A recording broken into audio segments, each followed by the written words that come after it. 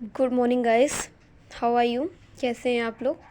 मैं रोज़ एक नए वीडियो डाल रही थी फार्मास्यूटिक्स के। आज मैं एक न्यू सब्जेक्ट का लेके आई हूँ, माइक्रोबायोलॉजी।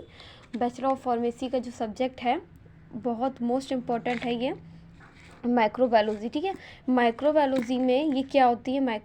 माइक्रो मीन्स होता है, माइक्रोबायोलॉजी को तोड़ दिया गया। ठीक है, माइक्रो होता है टू स्मॉल, बायो मीन्स होता है लिविंग, लॉजी मीन्स होता है स्टडी। इस लिविंग माने होता है छोटे जीवों की स्टडी करने को ही हम माइक्रोबायोलॉजी कहते हैं। माइक्रोबायोलॉजी में हम छोटे छोटे जीवों की स्टडी करते हैं, माइक्रो ऑर्गेनिज्म, फंगाई, इन सब की स्टडी करते हैं। ठीक है, डेफिनेशन क्या है। Microbiology is the study of micro organism.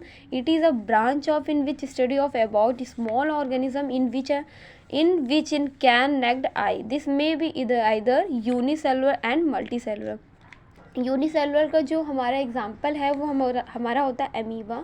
And amoeba किसी भी शेप का हो सकता है, उसका कोई शेप फिक्स्ड नहीं होता है।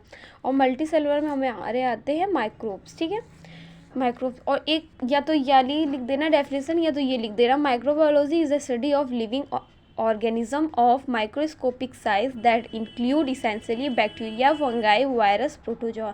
इसमें हम फंगाई, वायरस, छोटे छोटे जीवों की हम स्टडी करते हैं जो हमें सिर्फ माइक्रोस्कोप द्वारा ही देख सकते हैं। अदरवाइज हम ऐसे उन्हें देखेंगे तो नहीं दिख सकते। अगर हमारे घर में कोई जिसे खटाई रखी जाती है या दही यही होता है, उसमें देखते हो कि खट्टा खट्टा होने हो लगता है तो उसमें माइक्रो ऑर्गेनिज्म आ जाते हैं, इसलिए हमारा दही खट्टा होने लगता है।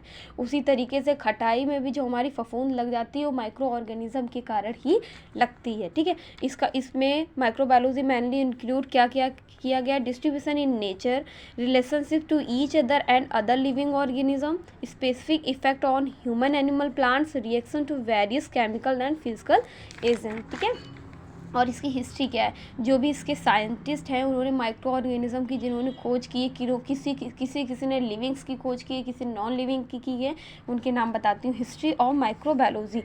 History of microbiology was been made by various scientist such as Aristotle, हमारे साइंटिस्ट हैं जिन्हें डिस्क्राइब किया है living and non living organism that are different. उन्होंने डिफरेंट बताया है कि हमारा लिविंग और नॉन लिविंग क्या होता है, एरिस्टोटल ने। और रोजर बैकन है जो फर्स्ट पोस्टेटेड एंड उन्होंने डिसीज़ के बारे में, उन्होंने जो डिसीज़ कॉज्ड करी है लिविंग्स के, इनके लिविंग्स और नॉन लिविंग्स में क्या। लिविंग्स जो हमारे होते हैं छोटे छोटे जीव होते हैं जिनमें जान होती है, नॉन लिविंग्स वो होते हैं जिनमें जान नहीं होती। लिविंग्स माने ये मान लीजिए आप लोगों ने पढ़ा होगा सजीव जो होते हैं वो हमारे लिविंग्स होते हैं, और नॉन लिविंग्स जो हमारे होते हैं वो हमारे निर्जीव होते हैं। ठीक है, फ्रैक्टोरियस जो हमारे होते हैं communicable disease and disease the spread और थ्रो कम्युनिकेशन। इन्होंने कम्युनिकेट पर हमारी मतलब खोज की थी। एंड लॉर्ड जोसेफ लिस्टर, इन्होंने एंटीसेप्टिक सर्जरी के बारे में की थी। जो एंटीसेप्टिक्स होती हैं हमारी वो क्या होती हैं, उनकी सर्जरी कैसे होती है, उन्होंने इसकी खोज की थी। अलेक्जेंडर फ्लेमिंग ने 1881 में की थी इसकी फर्स्ट एंटीबायोटिक्स क्या क्या होते हैं हम लोगों ने, जैसे काफ़ी सारी हम एंटीबायोटिक पेनिसिलिन होती है। एंटीबायोटिक्स हमारे बहुत सारे होते हैं और अलग अलग मेडिसिन के साथ अलग अलग एंटीबायोटिक्स लिए जाते हैं। ये नहीं है कि एक मेडिसिन है तो एजिथ्रोमाइसिन हमें लेनी है तो हम एजिथ्रोमाइसिन ले लेंगे, नहीं, एजिथ्रोमाइसिन ले सकते हैं और अदर काफ़ी सारी उसकी होती है। रॉबर्ट कोच जो हमारे होते हैं उन्होंने demonstrated role of bacteria causing disease and also technique of bacteria isolated pure culture. उन्होंने प्योर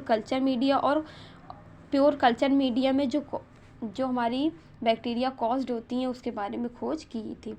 ठीक है, अब हमारी आती है branch of microbiology. Branch of microbiology क्या होती है, bacteriology, immunology, nematology, physiology, virology, prokaryology, protology. Bacteriology क्या होती है, जिसमें हम बैक्टीरियाज की खोज करते हैं, बैक्टीरियाज की स्टडी करते हैं, वो हमारी बैक्टीरियोलॉजी होती है। इम्यूनोलॉजी क्या होती है, जिसमें हम इम्यून सिस्टम की स्टडी करते हैं, वो हमारी इम्यूनोलॉजी होती है। नेमेटोलॉजी क्या होती है, जिसमें नेमेटोड्स होते हैं। फिजियोलॉजी क्या होती है, it is the study of allergy. Virology क्या होती है, इसमें हम वायरस की स्टडी करते हैं, क्या वायरस होते हैं ये सब, इसकी बैक्टीरियाज क्या होते हैं। और प्रोकैरियोलॉजी स्टडी ऑफ पैरासाइट्स की करते हैं। प्रोटोजोलॉजी में हम प्रोटोजोआ की स्टडी करते हैं। स्कोप ऑफ माइक्रोबायोलॉजी क्या होता है? Scope and principle of microbiology, immunology and medicine microbiology, medicinal microbiology, industrial microbiology, soil microbiology. मतलब ये माइक्रोस हमारे कहाँ कहाँ पे हो सकते हैं। ये हमारे मेडिसिनल में भी हो सकते हैं, बट हमें ये दिखते नहीं, इतने छोटे इतने सूक्ष्म जीव होते हैं, ये हमें सिर्फ माइक्रोस्कोप के द्वारा ये दिख सकते हैं, ऐसे हम इन्हें नहीं देख सकते हैं।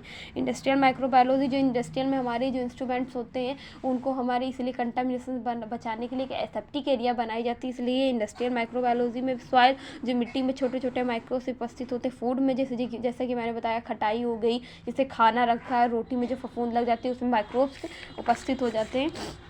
मिल्क प्रोडक्ट्स, जैसे कभी कभी हमारा जो मिल्क होता है वो मतलब ख़राब हो जाता है तो खट्टा खट्टा लगने लगता है, उसमें भी माइक्रोब्स की उपस्थिति हो जाती है, तो वो हमारा मिल्क बेकार होता है। Genetic engineer, agriculture microbiology, agriculture जो भी खेतों में माइक्रोब्स होते हैं वो हो जाते हैं एग्रीकल्चर बायोलॉजी। एनवायरनमेंट मतलब बायोलॉजी में जो भी इन्वायरमेंट के अंदर जो भी चीज़ खाने पीने वाली होती है, और मतलब अगर इंसान है तो जानवर भी होंगे, पशु पक्षी सभी होते हैं, उस तरह ये माइक्रोब्स भी हमारे होते हैं। आज मैंने आप लोगों को एक वीडियो ये यहाँ से बताया है कि माइक्रोबायोलॉजी क्या होती है, इसका स्कोप क्या होता है, इसकी हिस्ट्री क्या है, ये सब कुछ मैंने बताया है। प्लीज़ इसको ज़रूर गाइस पढ़िए, मोस्ट इंपॉर्टेंट ऑफ फार्मेसी के लिए। And my channel like and subscribe. इसका नेक्स्ट वीडियो माइक्रोबायोलॉजी का मैं नेक्स्ट ही डालूँगी। Thank you so much.